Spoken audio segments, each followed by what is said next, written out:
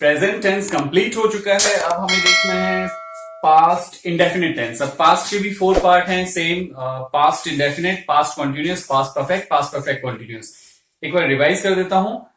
Mostly क्या होता है, present indefinite, present continuous, present perfect continuous, past indefinite, past continuous, past perfect continuous, future indefinite, future continuous, future perfect continuous. Right. तो 4 part पिछले cover हो चुके हैं। अब ये है पास्ट इंडेफिनिट का। इसमें क्या होता है, पास्ट इंडेफिनिट टेंस पास्ट का होता है। क्लियर। इसमें आइडेंटिफिकेशन आ ई और इसमें आ ई ए और आ ई और ए। इसको क्लियरली ऐसे देख सकते हैं कि अगर आ ई ए लास्ट में क्या आएगा, किसी भी सेंटेंस के लास्ट में आ ई ए आएगा। क्लियर। सो जिस भी सेंटेंस के लास्ट में आ ई ए से कंप्लीट होता है, फिनिश होता है, तो पास्ट इंडेफिनिट का होगा। जैसे कि मैं कल वहां गया, आप ए कंप्लीट हो गया तो पास्ट इंडेफिनिट का। मैंने कल उसे पढ़ाया, आप ए कंप्लीट हो गया, वो भी पास्ट इंडेफिनिट का। मैंने उसे कल देखा, आप ए कंप्लीट हो गया, ये भी पास्ट इंडेफिनिट का। मैंने कल उसे समझाया, मैंने कल उसे बहुत समझाया। कितना भी स्टाइल से बोलो, ये पास्ट इंडेफिनिट का ही होगा। मैंने उसे कल बहुत अच्छी तरह से समझाया आ। ठीक है। वो वहां गई, ई लास्ट में आ ई ए, इस तीनों में से एक ही आएंगे, इसलिए मैंने इसको यहां पे भी लिख दिया है आ ई ए, आइडेंटिफिकेशन के बारे में। जैसे प्रेजेंट के जो सारे 4 टेंसेस थे, उसमें जो आइडेंटिफिकेशन थी, मैंने सबको इकट्ठा यहां पे लिख दिया है पास्ट इंडेफिनिट के मामले में आ ई ए। बहुत सारे एग्जाम्पल, अब इसके एग्जाम्पल बहुत सारे मैं दे दूंगा ताकि आपके माइंड में वैसे ही क्लियर हो जाए कि ये आ ई ए का मैटर क्या है। मैंने उसे समझाया, लेकिन वो समझा ही नहीं। मैंने उसे समझाया, लास्ट में आ गया। और मैंने उसे दिखाया और बताया कि ये चीज है। मैंने उसे दिखाया, बताया, सब में आ रहा है। वो मेरे पास आई, वो मेरे पास आई। वो वहां गई, ई। सो आ ई ए, कोई ना कोई आएगा। आ ई ए जो आएगा लास्ट में, वो पास्ट इंडेफिनिट का होता है। राइट। और बहुत सारे एग्जांपल बताता हूं। जैसे मैंने उसे देखा, ओके।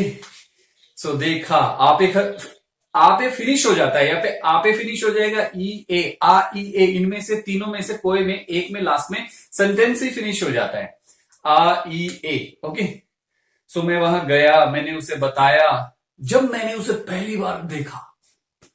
ठीक है। तो ये भी पास्ट इंडेफिनिट का है, जब मैंने उसे पहली बार देखा, आ पे खत्म हो गया। लेकिन वो कहते हैं ना, आ की मात्रा लास्ट में आ, तो वो वहां पे खत्म होगा। जब मैंने उसे पहली बार देखा तो मुझे लगा, पता चला, उसने मुझे बताया, फिर मैंने समझाया, उससे बात की, ई की मात्रा होगी ना, मैंने उससे बात की। हम फिर वहां गए, फिर वहां से वापस आए। आने के बाद हम रेस्टोरेंट पे गए, वहां पे चाय पी, वहां पे देखा, वहां पे कुछ लोगों को लड़ाई करते देखा, फिर वापस आ गए, फिर वापस घर पे आ गए। तो कितना भी बोलो, कितने भी सेंटेंसेस बोलो, हजारों लाखों, वो आ ई ए लास्ट में वो रुक जाते हैं, तो वो होते हैं पास्ट इंडेफिनिट टेंस के। राइट। सो आप एग्जाम्पल ही मैंने बता दिए है, वो आइडेंटिफिकेशन करने की भी ज्यादा जरूरत नहीं है। मैंने आ ई ए, ठीक है, 15 20 50 एग्जाम्पल तो मैंने बता दिए होंगे। हम गए, वहां हमने देखा कि कुछ लोग लड़ाई कर रहे, कुछ भी, मतलब आ ई ए आएगा लास्ट में। क्लियर। अब इसकी क्या है, हेल्प रूल्स में क्या होता है, रूल्स में इसकी हेल्पिंग वर्ब क्या है, डिड। अब इसको सेम वैसे ही रखना है जैसे मैंने पीछे सब बताया था कि present indefinite, present continuous, present perfect continuous, past indefinite. तो इसको भी ऐसे रखना है। हेल्पिंग वर्ब क्या होगी, डिड। पास्ट इंडेफिनिट टेंस की helping verb did, past indefinite tense की helping verb did, past indefinite tense की helping verb did, past indefinite tense की helping verb did, past indefinite tense की helping verb did, past indefinite tense की helping verb did, past indefinite tense की helping verb did, past indefinite tense की helping verb did. कितनी helping verb होती है past indefinite tense में। अब ऐसा बोलना शुरू कर दो, पास्ट इंडेफिनिट टेंस में कितनी हेल्पिंग वर्ब है, एक। पास्ट इंडेफिनिट टेंस में कितनी हेल्पिंग वर्ब है, एक। पास्ट इंडेफिनिट टेंस में कितनी हेल्पिंग वर्ब है, एक। कौन सी, डिड। डिड क्या है, डिड पास्ट इंडेफिनिट टेंस की हेल्पिंग वर्ब है, डिड क्या है, डिड पास्ट इंडेफिनिट टेंस की हेल्पिंग वर्ब, डिड क्या है, डिड पास्ट इंडेफिनिट टेंस की हेल्पिंग वर्ब, डिड क्या है, डिड पास्ट इंडेफिनिट टेंस की हेल्पिंग वर्ब। बोलते जाओ 200 400 500 बार, पहले भी बताया, हर बार बताता हूं। रटने का या क्रैम करने का क्या फायदा है, फ्लुएंसी आपकी जो 6-10 साल में आनी है वो फ्लुएंसी विद इन 4-5 मंथ्स में आ जाएगी। क्लियर, इसलिए इनको रटना होता है। जैसे हम टेबल रटते हैं, टेबल को क्रैम किया जाता है, टेबल रीड नहीं की जाती, उसे याद नहीं किया जाता, उसको क्रैम किया जाता है ताकि हम स्पीड में बोल पाते हैं। 2 1 2 2 2 4 2 3 6 2 4 2 5 10। हिंदी वाले बोलते हैं 2 1 2 2 2 4 2 3 6 2 4 8 2 5 10 2 6 12 2 14 2 16 2 18 2 23। बिना कुछ समझे, बिना कुछ रुके स्पीड में बोलते हैं। कोई हमें ये नहीं कह सकता आप गलत बोल रहे हो, राइट। कितना कॉन्फिडेंस होता है। इसी तरह से ये रूल स्ट्रांगली प्रिपेयर कर लोगे, जब किसी से इंग्लिश में बातें करोगे तो आप में कोई गलती नहीं निकाल पाएगा। निकाल भी देगा तो आपका कॉन्फिडेंस लूज नहीं होगा, क्योंकि आपको रूल्स पता है तो अपने आप को विद इन सेकेंड चेक कर लोगे। चेक 1 सेकेंड के 10वें हिस्से में, 15वें हिस्से, 50वें हिस्से में चेक कर लोगे और देखोगे कि नहीं मैं सही हूं, राइट। तो ना तो आपका कभी कॉन्फिडेंस डाउन होगा, ना कभी आपको कोई कहेगा कि आपकी यहाँ ग्रामेटिकल मिस्टेक है या आप यहाँ गलती कर रहे हैं। तो आप घर पे जाओगे, फिर देखोगे 2 साल पहले मैंने कौन सी नोटबुक में वो रूल रेगुलेशन लिखे थे, वो ढूंढोगे। पहले वो बुक नहीं मिलेगी, फिर ढूंढा, पता चला अच्छा ये था, गलत नहीं था मैं, लेकिन गलत नहीं था ये अब पता चला है। या फिर आप गलत थे ये अब पता चला है, वहां पे तो नहीं पता चला ना जिसने आपकी गलती निकाली और आपको यूं होना पड़ा, ओ माय गॉड मैं गलत हूं या मैंने गलत बोल दिया, राइट।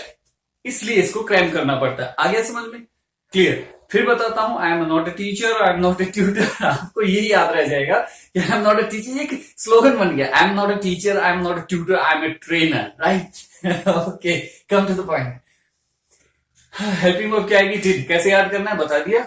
वर्ब की फर्स्ट फॉर्म, सॉरी इसमें क्या आता है, पास्ट इंडेफिनिट टेंस में हमेशा वर्ब की सेकंड फॉर्म ही आती है। ये सेकंड फॉर्म बनी है ना, वर्ब की सेकंड फॉर्म, ये मोस्ट लगभग इसी के लिए बनी है, पास्ट इंडेफिनिट टेंस के लिए बनी है।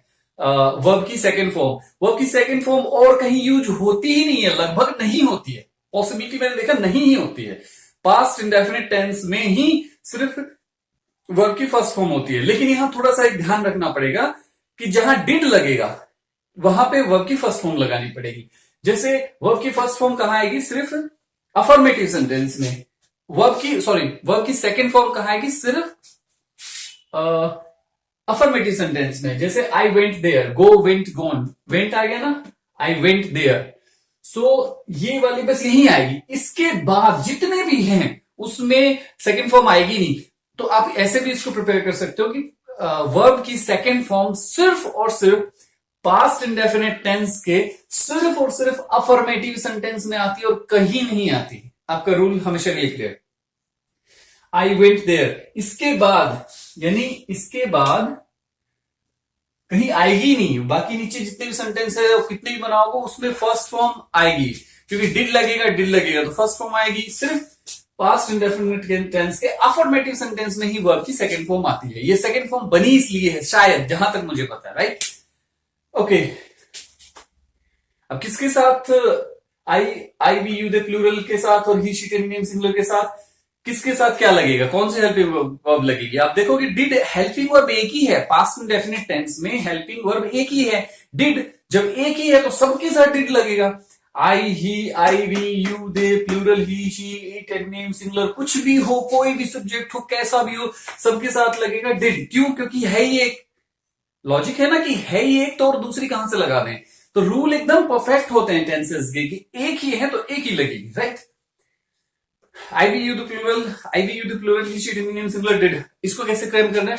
I we you they plural he she ten name singular did, I we you they plural he she ten name singular did, I we you they plural he she ten name singular did, I we you they plural he she ten name singular did, I we you they plural he she ten name singular did, I we you they plural he she ten name singular did, I we you they plural he she ten name singular did, I we you they plural he she ten name singular did, I we you they plural he she ten name singular did.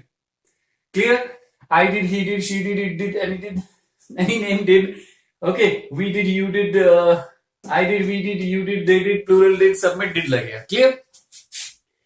अब बात करते हैं जहां, हाँ ये rule याद रखना है, जहां did आएगा वहां वर्ब की फर्स्ट फॉर्म आएगी। जैसे स्कूल 9th-10th में बच्चे होते हैं ना कि इसमें कौन सी फॉर्म आएगी, तो जहां डिड लगा हो तो नॉर्मली वो फर्स्ट फॉर्म आएगी। अब इसको किसी चीज में स्पोकन इंग्लिश के लिए है, लेकिन आप इसको ग्रामेटिकली भी वो ले सकते हो कि ग्रामर में क्या है, ग्रामर का भी कंप्लीट हो रहा है, स्पोकन इंग्लिश भी कंप्लीट हो रही है और सब्जेक्ट वाइज भी। आ ई ए, जहां डिड आएगा वहां वर्ब की फर्स्ट फॉर्म आएगी। नोट आ ई ए, क्लियर हो गया। अब ये जो है 6th और 7th, ये 2 बार 6 हो गया, वो कंफ्यूज मत होना, वैसे एक इसको डिलीट करते वक्त ये ऐसे ही छोड़ दिया था। तो ये जो है ये दोनों रूल सेम ही है, present indefinite, present continuous, present perfect continuous, सब में ये रूल वही है। ये दो रूल जो है वो सेम ही चल रहे हैं, सेम टू सेम, वैसा का वैसा लिखा हुआ है, कोई चेंजेस नहीं है। यदि पर्सनवाचक शब्द क्या वाक्य के आरंभ में आ जाए तो वाक्य हेल्पिंग वर्ब से शुरू होगी, लेकिन हेल्पिंग वर्ब सब्जेक्ट के अनुसार आएगी। क्लियर, इसको भी वैसे रखना है। यदि पर्सनवाचक शब्द क्या है वाक्य के आरंभ में आ जाए तो हेल्पिंग वर्ब से, वाक्य हेल्पिंग वर्ब से शुरू होगा, लेकिन हेल्पिंग वर्ब सब्जेक्ट के अनुसार आएगी। यदि पर्सनवाचक शब्द क्या वाक्य के आरंभ में आ जाए तो हेल्पिंग वर्ब से स्टार्ट होगा, लेकिन हेल्पिंग वर्ब सब्जेक्ट के अनुसार आएगी। नेक्स्ट, यदि पर्सनवाचक शब्द क्या, क्यों, कब, कहां, कैसे, किस लिए, किसने, किसके साथ वाक्य के बीच में आ जाए तो पर्सनवाचक शब्द की इंग्लिश आएगी, उसके तुरंत बाद हेल्पिंग वर्ब आएगी, लेकिन सब्जेक्ट के अनुसार। यदि पर्सनवाचक शब्द क्या, क्यों, कब, कहां, कैसे, किसने, किसके साथ वाक्य के बीच में आ जाए तो सबसे पहले उस पर्सनवाचक शब्द की इंग्लिश आएगी, उसके तुरंत बाद हेल्पिंग वर्ब आएगी, लेकिन सब्जेक्ट के अनुसार। यदि पर्सनवाचक शब्द क्या, क्यों, कब, कहां, कैसे, किसने, किस लिए, किसके साथ वाक्य के बीच में आ जाए तो सबसे पहले उस पर्सनवाचक शब्द की इंग्लिश आएगी, उसके तुरंत बाद हेल्पिंग वर्ब आएगी, लेकिन सब्जेक्ट के अनुसार। ये भी ऐसे रखें। रूल हो गया, आइडेंटिफिकेशन होगी। अब example same, present indefinite tense में देखा था आपने, सेम वो फॉर्मेट था, ये आइडेंटिफिकेशन, यहाँ पे रूल और यहाँ पे एग्जाम्पल। इसी तरह से प्रेजेंट कॉन्टिन्यूस में यहाँ पे आइडेंटिफिकेशन, यहाँ पे रूल, यहाँ पे एग्जाम्पल, और ये वाले दो तो वही सेम टू सेम है, राइट। अब आइडेंटिफिकेशन के बाद, अब जैसे मैं वहां गया, ये अंडरलाइन कर रखा है समझाने के लिए, आ ई ए वाला मैटर, राइट। मैं वहां गया, आई वेंट देयर, मैं वहां गया, आ पे रुक गया, आ मतलब आ की मात्रा वाला आ, ठीक है। आई वेंट देयर, मैं वहां गया, आई वेंट देयर। मैं वहां नहीं गया, ये नेगेटिव हो गया, लेकिन गया, लास्ट में क्या है, गया। I did not go there, did आ गया तो गो लग गया। वो बता रहे थे ना कि जहां जहां डिड आएगा वहां फर्स्ट फॉर्म आएगी। जहां डिड आ गया, डिड आते ही तो नेगेटिव में डिड आ गया, और डिड कहां से स्टार्ट होगा, negative, interrogative, interrogative negative, WH family में सब जगह negative, interrogative, interrogative negative, WH family में सब जगह डिड आएगा, ठीक है। मैं वहां नहीं गया, I did not go there. क्या मैं वहां गया, डिड आई गो देयर। क्या मैं वहां नहीं गया, did I not go there, ठीक है। मैं वहां कब गया, when did I go there, कब गया मैं वहां पे। अब इसको कब, जैसे ये मैं कहा था कि पर्सनवाचक शब्द क्या वाक्य के आरंभ में आ जाए तो हेल्पिंग वर्ब से शुरू होगा, तो हेल्पिंग वर्ब से शुरू, क्या वाक्य के आरंभ में आ गया तो हेल्पिंग वर्ब से शुरू हुआ, डिड, ठीक है। लेकिन ये वाले जो सेंटेंसेस है ये इसलिए हैं कि यदि पर्सनवाचक शब्द क्या, क्यों, कब, कहां, किस लिए, किसने, किसके साथ वाक्य के बीच में आ जाए तो सबसे पहले उस पर्सनवाचक शब्द की इंग्लिश आएगी, तो सबसे पहले इसकी इंग्लिश आई, कब की आई, व्हेन, उसके तुरंत बाद हेल्पिंग वर्ब आएगी, डिड, किसके अकॉर्डिंग, सब्जेक्ट के अकॉर्डिंग। तो एक ही हेल्पिंग वर्ब है तो सब में वही लगेगी, ठीक है। When did I go there, मैं वहां कब गया, मैं वहां कब नहीं गया। अब इससे ज्यादा सेंस नहीं बनेगा, तो ये बॉक्स यहीं पे कंप्लीट हो गया। मैं वहां क्यों गया, मैं वहां क्यों नहीं गया, इससे ज्यादा सेंस नहीं बनेगा, तो ये भी बॉक्स कंप्लीट, इससे ज्यादा बना ही नहीं सकते, कोई नहीं बना सकता, ये ऐसे इतना ही रहेगा, राइट। सेंस नहीं बनेगी, जहां सेंस बनेगी बनाते जाओ, ओके। तो मैं वहां कब गया, when did I go there, when did I not go there, okay. हाँ, ये बता रहा हूं कि मैं, ये जो बीच में आने का मतलब ये नहीं होता, फिर रिवाइज कर देता हूं। बीच में आने का मतलब ये नहीं होता कि इसके दो इधर छोड़ दो, दो इधर छोड़ दो, बिल्कुल बीच में आना चाहिए, नहीं। इस वर्ड से इस वर्ड के बीच में कहीं पे भी आ जाए, एक तो ये, और दूसरा अगर इसका सेंस कोई स्टाइलिश हिंदी बोल रहा है, मैं वहां कब गया, रियल हिंदी, एकदम परफेक्ट हिंदी तो ये होता है ना, मैं वहां कब गया, लेकिन हम स्टाइल में बोल देते कब गया मैं वहां पे, ठीक है, तो भी यही आएगा, कब गया मैं वहां पे। तो अपने आप उसको करेक्ट करो अपने माइंड में, मैं वहां कब गया, ये कहना चाह रहा है कि मैं वहां कब गया, लेकिन इसने हिंदी को स्टाइल में बोला, कब गया मैं वहां पे, राइट। सो आपको क्या बोलना पड़ेगा, when did I go there, और why did I go there. मैं वहां, जैसे कोई पछताते ना, मैं क्यों गया वहां पे। आप सोच रहे हो बहुत बड़ा टफ सेंटेंस है, कैसे बनाएंगे, मैं क्यों गया वहां पे, कोई बात ऐसी होगी, प्रॉब्लम होगी, तो ये क्यों गया मैं वहां पे, मेरे दिमाग खराब था, मेरे टेंशन, मतलब मेरे दिन खराब थे कि मैं वहां गया, why did I go there, तो ये सेंस बन रही है, चलेगा। With whom did I go there, किसके साथ में गया वहां पे। कभी हम भूल जाते हैं ना कि वहां गए थे तुम, याद है तुम्हें, तो कहेंगे, तो हम कहेंगे with whom did I go there, किसके साथ गया था मैं वहां पे, किसके साथ गया वहां पे मैं। इसी तरह मैं वहां किस टाइम गया, what time did I go there, what time did I not go there. Okay, मैं वहां गया।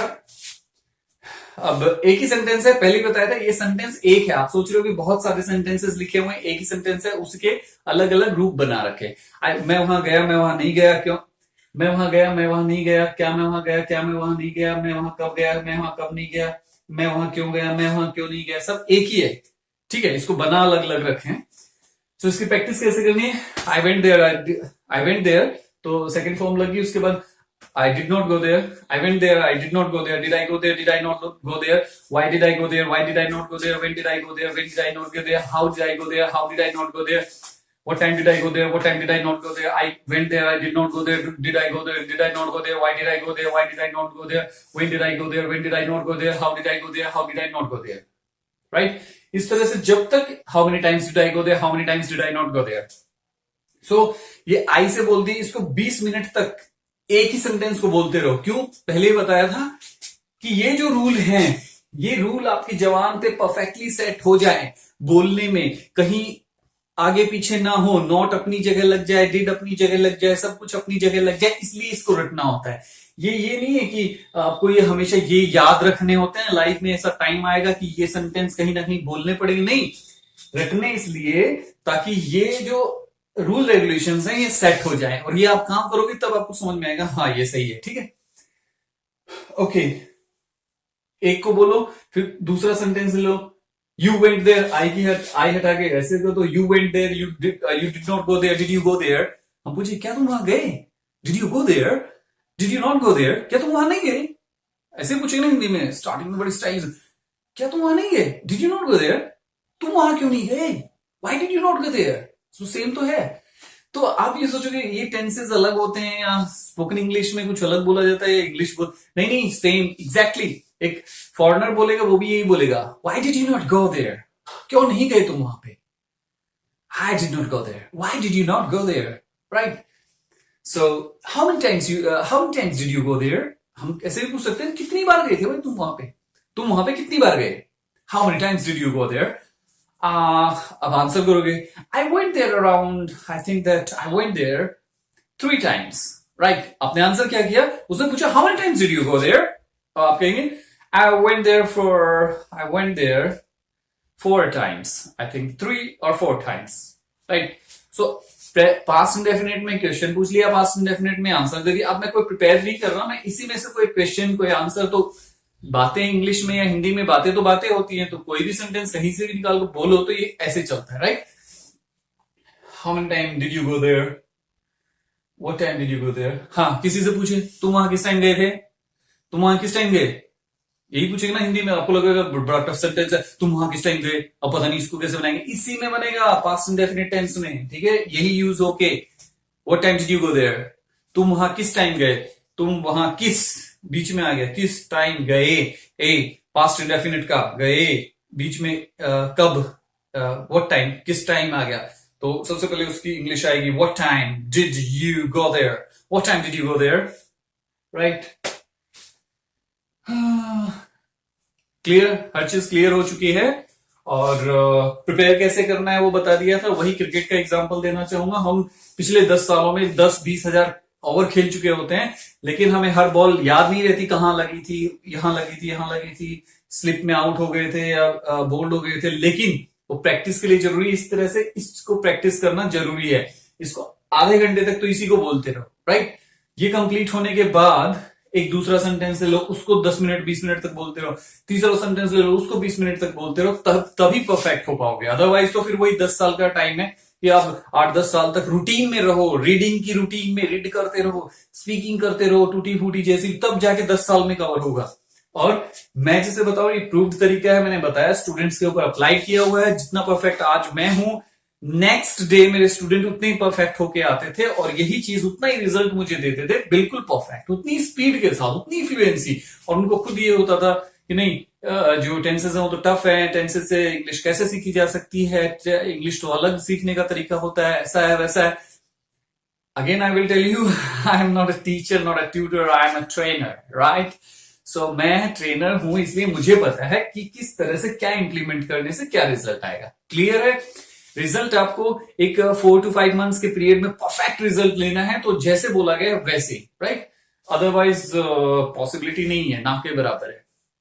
हो गया?